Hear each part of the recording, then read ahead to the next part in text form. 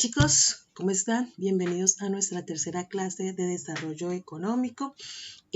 Para esta clase pues vamos a hablar de un tema que es sumamente importante en las economías del país. Vamos a hablar de lo que es la microeconomía. Hablaremos de unos conceptos, unos ejemplos y por último pues unas pequeñas conclusiones. Dentro de lo que es la microeconomía pues vamos a hablar todo lo que es la famosa oferta y demanda y el famoso equilibrio de mercado. Entonces hablaremos de qué es la microeconomía, cuáles son los factores que componen la microeconomía. ¿Me entiendes? Como por microeconomía todo lo que estudia el comportamiento económico de las empresas, hogares, individuos y su interacción con lo que es el mercado.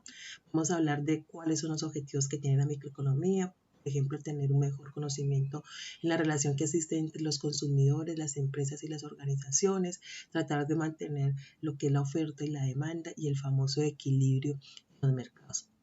Un análisis microeconómico trae unos indicadores muy importantes que son la oferta, la demanda, cantidad de producto, precio y el famoso punto de equilibrio. Dentro de eso pues hablaremos del comportamiento microeconómico, hablaremos de unos ejemplos y las herramientas para yo poder hablar o que se me dé lo que es la microeconomía, las diferentes herramientas que utilizan los gobiernos para la microeconomía. La primera pues, es la teoría del consumidor, ¿cierto? Es la teoría del consumidor que tiene como objetivo la anticipación de la elección del consumidor. ¿Cuáles son esos famosos gustos del consumidor? Recuerden que todo mi proceso productivo el que tiene la última palabra pues es el consumidor o somos nosotros como consumidores finales. Entonces vamos a ver de qué trata la teoría del consumidor.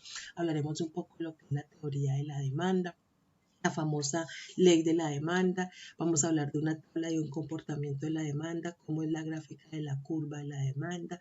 Me dice que es inversamente proporcional. Vamos a ver por qué es inversamente proporcional. Hablaremos de la curva de la demanda, ¿cierto? Y por último, seguiremos hablando de lo que es la teoría del productor, todo lo que es el fabricante, cómo está involucrado el productor en lo que es nuestro proceso de equilibrio del mercado.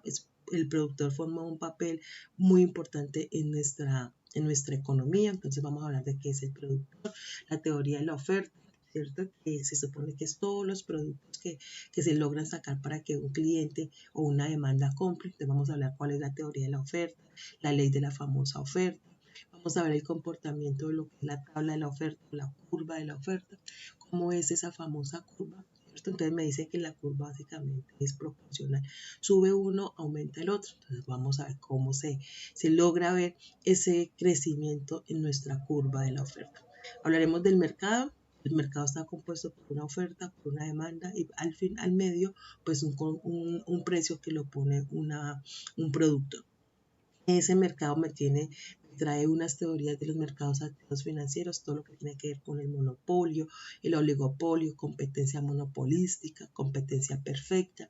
Y por último me habla de los famosos indicadores microeconómicos. Entonces veremos qué es el mercado, cómo se compone el mercado, cuáles son los tipos de mercados.